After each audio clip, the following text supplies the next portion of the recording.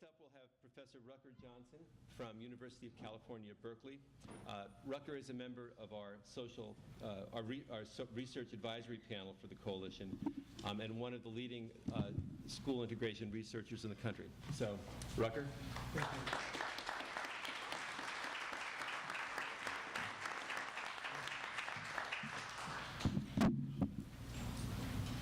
Great. Well, I'm so delighted to be here. And we've come together for a shared purpose.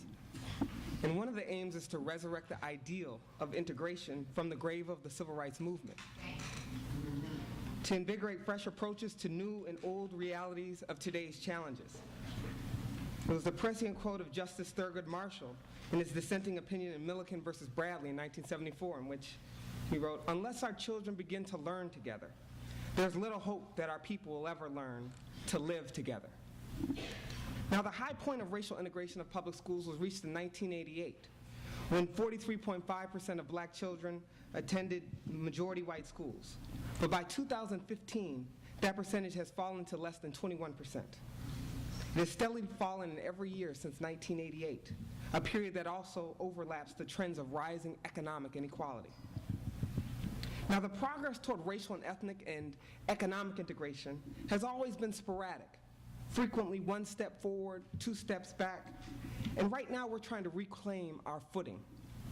Now, when we think about our democratic ideals, the themes of democracy as a mode of collective inquiry, democracy as a system of accountability, democracy as a society of equals, it must be recognized that segregation impedes our realization of those democratic ideals.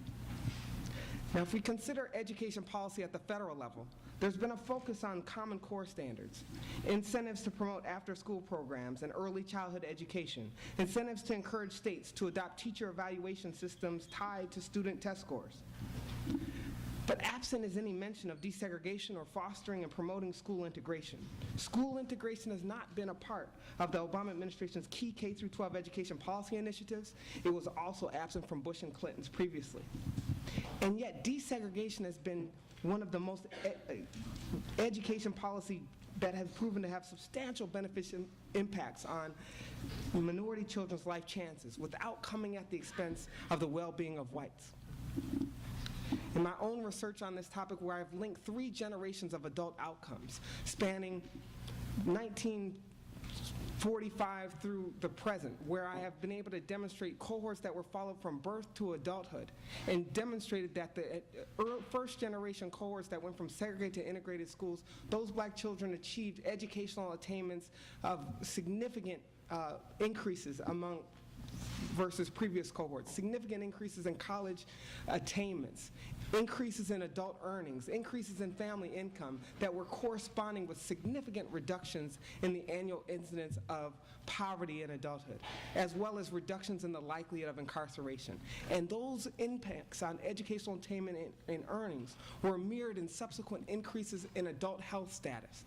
The convergence in black-white adult attainments that accrue and are attributable to school desegregation are something that has to be taken into account. And in a recent paper, The Grandchildren of Brown, I showed that those beneficial impacts have persisted into the 3rd generation. Now, going unaddressed is the growing resegregation of our schools by race and class, a phenomenon in development of the past 25 years, and its policy inaction is leaving in its wake a growing achievement gap by class, a stubbornly large one by race. School diversity has not been prioritized among our education policy goals, nor has the need to reduce the degree of isolation of poor and minority students in hyper-segregated communities. It's not been a funding priority. I view this as an oversight and a lack of understanding of both the awareness of the research evidence and of the consequences of inaction. Now, our policies to promote and realize the promise of integrated schools lie in changes in housing policy. Otherwise, history will continue to repeat itself. Think of Lyndon Johnson's 1968 Kerner Commission report, in which it read, "Segregation has become a threat to the future of every American." Now, that was 1968. Since then, there's been significant increases in economic residential segregation. Look at the unrest in Baltimore and Detroit and major urban cities. It's the duty of the federal and state governments to ensure that affordable housing policies do not make racial isolation worse. And despite modest efforts to create mixed-income housing, racial isolation and concentrated poverty persist. There's an urgent need for more affordable housing built in low-poverty, high-opportunity neighborhoods. Now, we're here for more than an exercise in blue-sky thinking. We want to meaningfully confront the political realities, the constraints to mobilize and affect change. But we also come with optimism. Optimism about what can be done through policy and best practices. For example, what about rewarding states that prohibit all-white suburbs from excluding poor people through zoning ordinances? Or withholding No Child Left Behind waivers from states that allow landlords to discriminate against families using federal housing vouchers? Or we can recognize that one of the unintended consequences of the growth of charter schools is that it has increased, not lessened, racial school segregation. And let's return to the grim prophecy in Lyndon Johnson's Kerner Commission, enunciated 50 years ago, in which it said the United States was moving toward two societies, one black, one white, separate and unequal. Now, serious attempts to address these disparities require a collective effort of a nation as sustained as the string of policies that contributed to the situation. And this requires much more than electing a single person in office. We're talking about unraveling the long legacy of segregationist policy and racial exclusion. Now, the world that our children inherit today is not the same world as 1954. So what do we want for our children? What do we want for our nation? Our children will inherit a nation that is more diverse. They will live, learn, and work side by side people from different races, cultures, religions, incomes, and they must learn to respect and value, not be afraid of that diversity. Over the last decade alone, we've seen our U.S. population grow from 281 to 308 million people. The overall population grew by less than 10%, but the Latino and Asian populations grew by 43% each, and the black and white populations by 12% and 5% respectively. Today, approximately 30% of children, or 30% of Americans are children, but the majority of children under 1 are children of color. By 2020, more than 50% of all students in the U.S. will be students of color, and a full 20% of the nation's population under 5 come from households where another language other than English is spoken at home. So what does this all mean? What it means is that there's no more important moral and economic imperative for our nation than educating and preparing our children to thrive in a global and culturally diverse world. For the purpose of schools at every level, preschool, elementary and secondary, college, is not just to transmit skills, but also to widen our perspectives, our vision, our ideas, help us evaluate disparate information, help us develop a well-rounded worldview, and cultivate our creativity.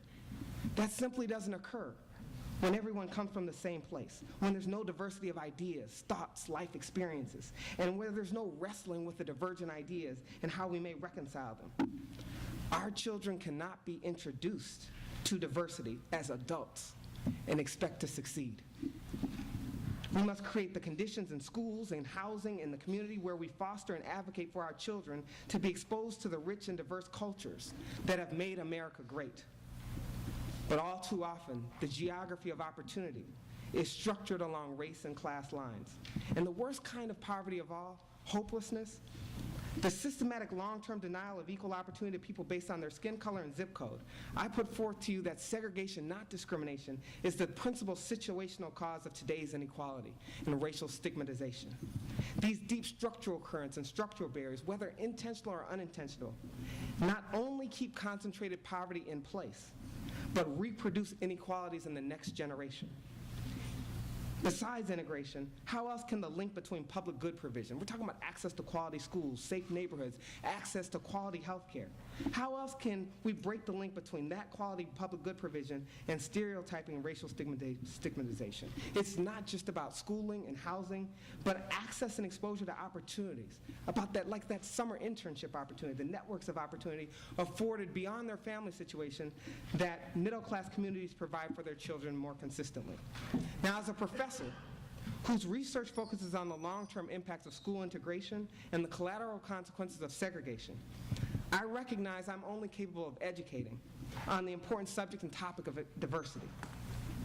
Making someone actually care about these issues, now that's a divine task. And still, as a researcher, as a leader, as an African American, as a Christian, I feel a moral responsibility to lend my perspectives to these issues. And one way I do this is by teaching methods used to estimate and quantify the effects of change. Now, in the era of big data, there's an erroneous belief that only that which can be measured is worthy of serious attention. And it's true that to some degree, if you can't measure it, it can be very difficult to improve it. But there are things that don't show up in a test score. Leadership, determination, the ability to thrive and adapt in diverse settings. So I have some concerns about the narrowing of the curriculum and economic diversity in our schools. As Albert Einstein once said, not everything that counts can be counted. And not everything that can be counted counts. I believe we are the sum of all our training, experiences, and values that we grow through change. And one of the most important skills to develop in students is the ability to bring about change. Change emanates from within. The power of change, the ability to change, the ability to make change, the ability to change directions, I call it intellectual agility.